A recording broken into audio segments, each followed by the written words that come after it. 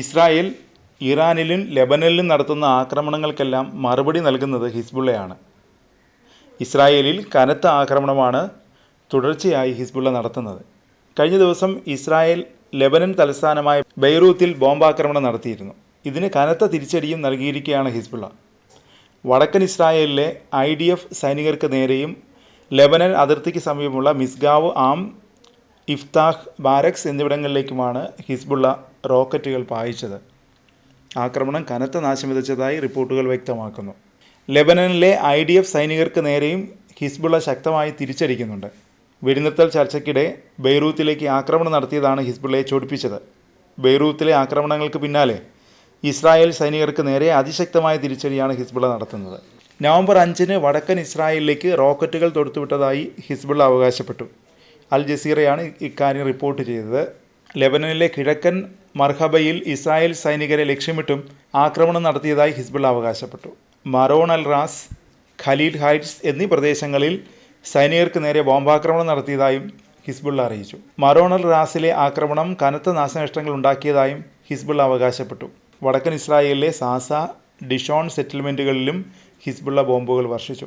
അതിനിടെ ലെബനനിൽ ശക്തമായ ആക്രമണം ഇസ്രായേൽ സൈന്യവും നടത്തുന്നുണ്ട്. ആക്രമണത്തിന് മുമ്പ് കെട്ടിടങ്ങളിൽ നിന്ന് ഒഴിഞ്ഞുപോകാൻ IDF മുന്നറിയിപ്പ് നൽകി. ജനസാന്ദ്രത നിറഞ്ഞ പ്രദേശങ്ങളിൽ സ്ഫോടനം നടത്തിയതിൻ്റെയും കെട്ടിടങ്ങൾ തകർന്നതിൻ്റെയും ദൃശ്യങ്ങളും അതിനിടെ പുറത്തു വന്നു. ഇറാൻ്റെ ആണവ കേന്ദ്രങ്ങൾ ലക്ഷ്യമിട്ട് ഇസ്രായേൽ ആക്രമണം നടത്തിയെന്ന റിപ്പോർട്ടും പുറത്തു വന്നിട്ടുണ്ട്. ഇറാനിലെ രഹസ്യ ആണവ പരീക്ഷണ കേന്ദ്രം ഇസ്രായേൽ ആക്രമിച്ച് തകർത്തതായി ആക്സിയോസ് റിപ്പോർട്ട് ചെയ്യുന്നു.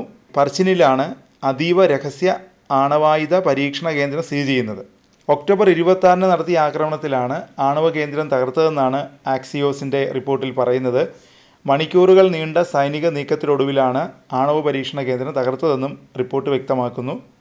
US ഇസ്രായേലി ഉദ്യോഗസ്ഥരിൽ നിന്ന് വിവരം ശേഖരിച്ച ശേഷമാണ് ആക്സിയോസ് റിപ്പോർട്ട് പുറത്തുവിട്ടത്.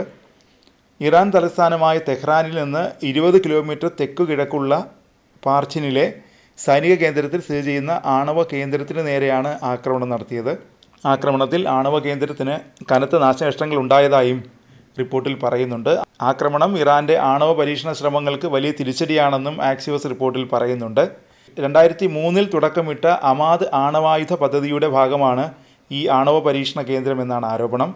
പിന്നീട് ഈ കേന്ദ്രം ന്യൂക്ലിയർ ഡിവൈസ് വിക്ഷേപിക്കാൻ വേണ്ട സ്ഫോടക വസ്തുക്കളുടെ പരീക്ഷണത്തിനായി ഉപയോഗിച്ചുവെന്നും institute for science and international security ഉദ്ധരിച്ച് ആക്സിയോസ് റിപ്പോർട്ട് ചെയ്യുന്നു. ന്യൂക്ലിയർ ഡിവൈസിന് ആവശ്യമായ ഉപകരണം ആക്രമണത്തിൽ തകർന്നതായി മുൻ ഇസ്രായേൽ ഉദ്യോഗസ്ഥൻ പറഞ്ഞതായി ആക്സിയോസ് റിപ്പോർട്ടിൽ അവകാശപ്പെടുന്നുണ്ട്. ആണവായുധ പരീക്ഷണം പുനരാരംഭിക്കാൻ ഈ ഉപകരണം സ്ഥാപിക്കേണ്ടി വരുമെന്നും റിപ്പോർട്ട് ചൂണ്ടിക്കാട്ടുന്നു.